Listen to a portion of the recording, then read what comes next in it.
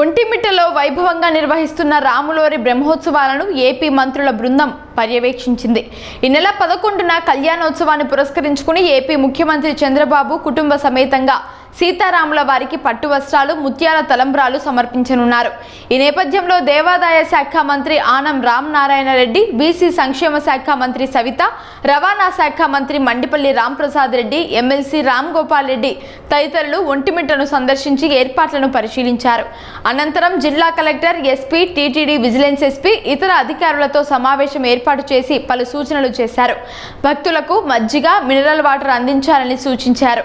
కళ్యాణోత్సవ కార్యక్రమాన్ని కట్టుదిట్టంగా పర్యవేక్షించాలని పోలీసు అధికారులకు సూచించారు. శ్రీరామనవమి ఉత్సవాలు ఆంధ్రప్రదేశ్ రాష్ట్రంలో ఘనంగా మొదలయ్యాయి. 5వ తారీఖు సాయంత్రం అంకురార్పణ జరిగింది. నిన్నటి రోజున శ్రీరామనవమి ఉత్సవాలు విజయనగరం జిల్లాలోని రామతీర్థం ఆలయంలో మొదలు కావడం జరిగింది. ఉన్నటువంటి చారిత్రక ప్రసిద్ధిని దృష్టిలో ఉంచుకొని 5వ తారీఖు మొదలైనటువంటి ఈ యొక్క సీతారాముల కళ్యాణం ఉత్సవాలు అన్నీ కూడా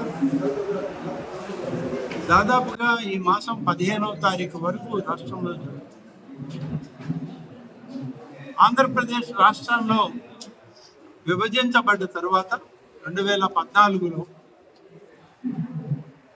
భద్రాద్రి రాముడు తెలంగాణ రాష్ట్రానికి వెళ్ళాక ఆంధ్రప్రదేశ్లో రామాలయం శ్రీరామనవమి ప్రభుత్వం ఎక్కడ నిర్వహించాలని ఆలోచన చేసినప్పుడు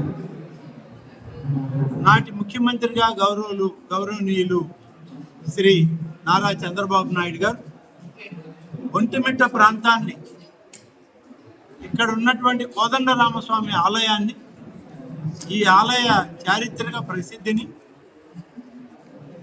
ఆగమ విధానాలను అనుసరించి ఆంధ్రప్రదేశ్ రాష్ట్రంలో శ్రీరామనవమి రాష్ట్ర పండుగగా ఒంటిమిట్ట కోదండరామస్వామి ఆలయాన్ని, ఆ విధంగా దాదాపుగా 10 సంవత్సరాల నుంచి శ్రీరామనవమి ఉత్సవాలు ఇక్కడ జరుగుతున్నా 2014-19 5 సంవత్సరాల కాలం చాలా వైభవపేతంగా తిరుమల తిరుపతి దేవస్థానం యొక్క ఆధ్వర్యంలో గౌరవ ముఖ్యమంత్రి గారు చంద్రబాబు నాయుడు గారు వారిచ్చిన సూచనలు అమలు చేస్తూ ఈ ఉత్సవాలను చాలా ప్రతిష్టాత్మకంగా చేయడం జరిగింది.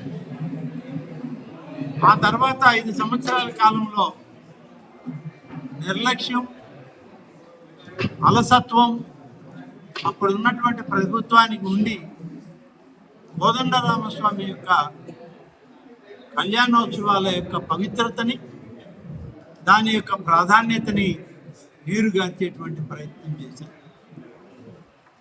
ఇవాళ కూటమి ప్రభుత్వం వచ్చింది. కూటమి ప్రభుత్వం నాయకుడిగా, రాష్ట్ర ముఖ్యమంత్రిగా శ్రీ చంద్రబాబు నాయుడు గారు తిరిగి ఆధ్యాత్మిక శోభని ఆంధ్రప్రదేశ్ రాష్ట్రానికి ఇవ్వడానికి అన్ని ఆలయాల్లో ప్రతిష్టాత్మకమైన పవిత్రతతో కూడినటువంటి ఉత్సవాలని, పూజా కైంకర్యాలని చేయడం మొదలుపెట్టింది ఈ ప్రభుత్వం.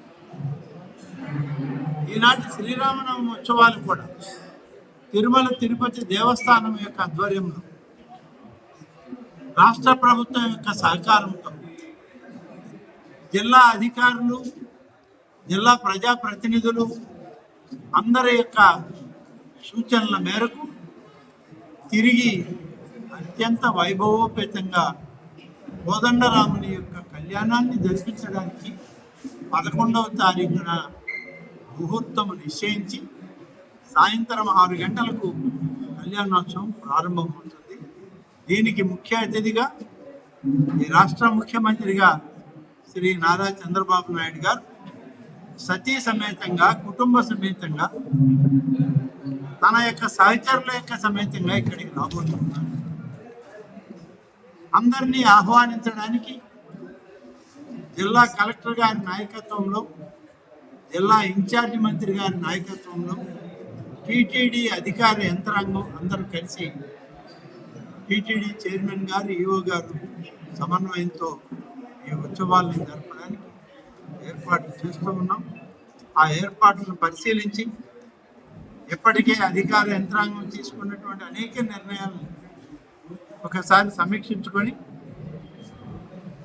పూర్వ వైభవానికి ఒంటిమిట్ట కోదండరామస్వామి యొక్క కళ్యాణోత్సవాన్ని తీసుకురావాలి, పవిత్రతను కాపాడాలి. ఆగమ శాస్త్రాల ప్రకారం స్వామివారి కళ్యాణం ఆంధ్రప్రదేశ్ రాష్ట్రంలో రాష్ట్ర పండుగగా నిర్వహించడానికి అన్ని చర్యల్ని పరిశీలించడానికి ఇక్కడికి రావడం అన్నీ కూడా మాట్లాడాం. ఇప్పటికే అన్ని ఏర్పాట్లు చేశారు. నిన్నటి నుంచి శ్రీరామనవమి ఉత్సవాలు ప్రారంభమై 15వ తారీఖు వరకు ఈ కార్యక్రమాలు జరుగుతాయి. 11వ తారీఖున కళ్యాణోత్సవానికి రాష్ట్ర పండుగగా ముఖ్యమంత్రిగా స్వయంగా రాబోతున్నారు. సార్ డిప్యూటీ సీఎం గారు కూడా ఏమన్నా వస్తారు? ప్రపంచ పథంలోనే మంచి పుణ్యక్షేత్రానికి తీసుకెళ్తాం. దీనికి సంబంధించి ఏమైనా ప్లాన్ ఉందా? రాష్ట్రంలో గడిచిన 5 సంవత్సరాల్లో ఈ రాష్ట్రం విభజించబడిన తర్వాత ఆధ్యాత్మిక కేంద్రాలన్నింటినీ పవిత్రతను కాపాడడానికి ఇప్పటికే మాస్టర్ ప్లాన్స్ ఉన్నాయి. గడిచిన 5 సంవత్సరాల్లో వాటన్నిటినీ పక్కన పెట్టారు, బుట్టదాఖలాలు చేశారు. ఏ ఆలయం కూడా సరైనటువంటి హిందూ సాంప్రదాయం ప్రకారం ఆగమ విధానాల ప్రకారం నడిపించబడలేదు. తిరిగి వాటిని నడిపించడానికి ఆధ్యాత్మిక శోభని ఆంధ్రప్రదేశ్ రాష్ట్ర ప్రజలకి అందించడానికి హిందూ సాంప్రదాయాలకు కట్టుబడి ఆగమ శాస్త్రవేత్తల యొక్క విధానాలని వారిచ్చే సూచనలకి కట్టుబడి మేము అనేక ఆలయాలను మొదలుపెట్టాం. ఇప్పటికే అనేక ఆదేశాలు ఇచ్చాం. అన్నిటి దగ్గర పవిత్ర కార్యక్రమాలు మొదలయ్యాయి. తిరుమల తిరుపతి దేవస్థానం మొదలు అనేక ఆలయాల్లో ఇప్పటికే చర్యలు తీసుకున్నాం. రేపు శ్రీరామనవమి ఉత్సవాలను కూడా అంతే వైభవంగా చేయడానికి ఏర్పాట్లు చేస్తున్నాం. ప్రతి ఆలయం కూడా ఆ యొక్క ఆలయ శోభని, ఆలయ పవిత్రతను ఈ రాష్ట్ర ప్రజానీకానికి ఆధ్యాత్మిక కార్యక్రమాలను అందించి ప్రతి కుటుంబాన్ని